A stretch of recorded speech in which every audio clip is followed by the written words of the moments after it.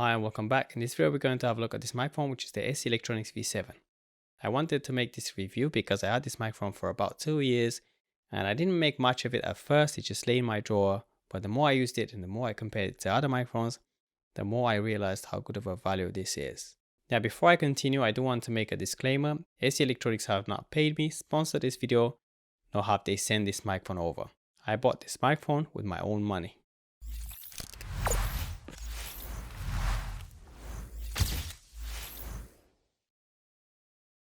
So first let's start with the build quality of this microphone.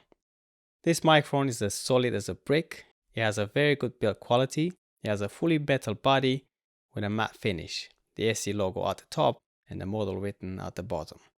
It also has these indentations on the mesh cover so the microphone will not roll over when you lay it on a flat surface. Now speaking of the mesh cover, it is detachable and it has a thin foam windscreen which could be changed as it comes with two, one black and one red. I only have the red one because somehow I managed to lose the black one. The capsule is isolated by a rubber shock pump preventing vibrations and shocks from reaching it while handling the microphone.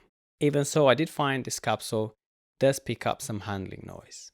In the box it comes with a pouch, a microphone mount and a 3/8 to 5/8 of an inch adapter, two pieces of foam windscreen like I mentioned earlier, one black and one red, and that's pretty much it. Spec wise it weighs 305 grams or 10.76 ounces. It has a supercardioid polar pattern, a frequency range between 40 to 19 kHz, an impedance of 300 ohms and a sensitivity of -54 dB. When it comes to the off-axis rejection, this microphone has a stellar off-axis rejection, thanks to its supercardioid polar pattern with minimal pickup at the back, which makes it ideal for noisy environments as well as untreated rooms. And to demonstrate the off-axis rejection of the V7, I'm just going to take it off the mount. And this is what it sounds like when I speak into the microphone from the side. This is what it sounds like when I speak to the microphone from the back. And this is what it sounds like when I speak into the microphone from the other side.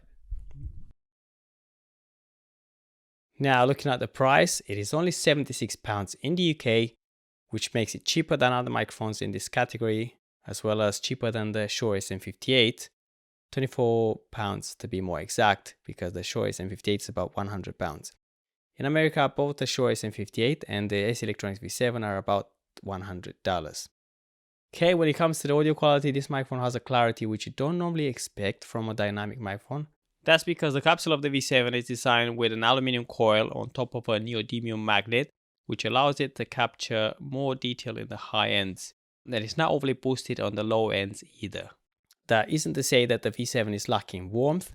In fact, I think it has a good balance between the low ends and the high ends, making it surprisingly crisp for a dynamic microphone, but in a good way. In other words, it is very good for a microphone that only costs £76. Now, all that said, it doesn't mean that it is perfect or that it's the best microphone out there. But for £76 or $100, you get amazing value from it. So you probably realized by now that I like this microphone. However, it's not my top favorite dynamic microphone. That plays close to the Electro Voice RE20. Now, that being said, the Electro Voice RE20 is about 5 to 6 times the price of the V7, but not that much better than the SE Electronics V7. Now, even though I only said good things about this microphone, I don't want to make it sound like hype or biased because it is not. The last thing I want to do on my channel is misinform people with phrases like this is the best, or you must buy this, or you really need this. I don't do that. My best recommendation, if you have the possibility, try before you buy, because even though this is a great mic, some people may like it and some people may not. I personally like it, but again, what may be good for some may not be good for others. So if you have the possibility to borrow or rent it, I recommend that you do so to see if it fits your voice and if you like the sound coming from it. And here are 3 things that are not so great about it. First thing that I found, this microphone is a bit sensitive to handling noise. So if you shift this microphone from one hand to the other, it will pick up some noise. But if you keep it on a mic stand and you don't shift it from one hand to the other too much, you only keep it in one hand, that shouldn't be too big of a problem. The second thing that I found, it's slightly sensitive to plosives, which is not something uncommon. Actually, a lot of microphones are, and there are ways to avoid plosive sounds. Now, if you don't know what plosives are, they are the P sounds as in pizza, papa, pepper, Peppa Pig. But there are ways to avoid them. And one would be to use a foam pop filter on top of the mesh, or a circular pop filter like this one over here in front of it. Another way is to angle it, so you don't keep it directly in front of the mouth, but rather at an angle, either to the side or under the mouth, so that the air pressure does not go straight into the capsule. Now, if you're doing a light performance, obviously you cannot hold it to the side because that will look funny, but you could keep it slightly under your mouth rather than directly in front. Now, when I do my videos, I usually keep it like to the side, something like this, as you may have noticed, and that works great. And here is the demo. Pizza, pepperoni, Peppa Pig. Pizza, pepperoni, Peppa Pig. Pizza, pepperoni, Peppa Pig. Pizza, pepperoni, Peppa Pig.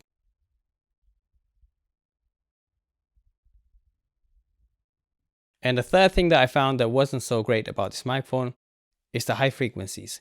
They're a bit harsh, not necessarily sibilant, but a bit harsh. And to sum it up, I have not tried all the microphones in this price range, but given the fact that it's only £76 and it is close in quality to high-end microphones, this is a very good option when it comes to dynamic microphone. I recommend this microphone. And here's a sample coming from the Electro Voice RE20, to which I have not applied any EQ or compression. It's only been normalized. And here is a sample coming from the Rode Procaster, to which I have not applied any EQ or compression or any filters whatsoever. It's only been normalized. And the last sample, of course, is coming from the SC Electronics V7, to which I have not applied any EQ or compression. It's only been normalized. The last thing I want to say, all these samples have been recorded into the Zoom F6 field recorder. Thanks for watching. I'll see you next time.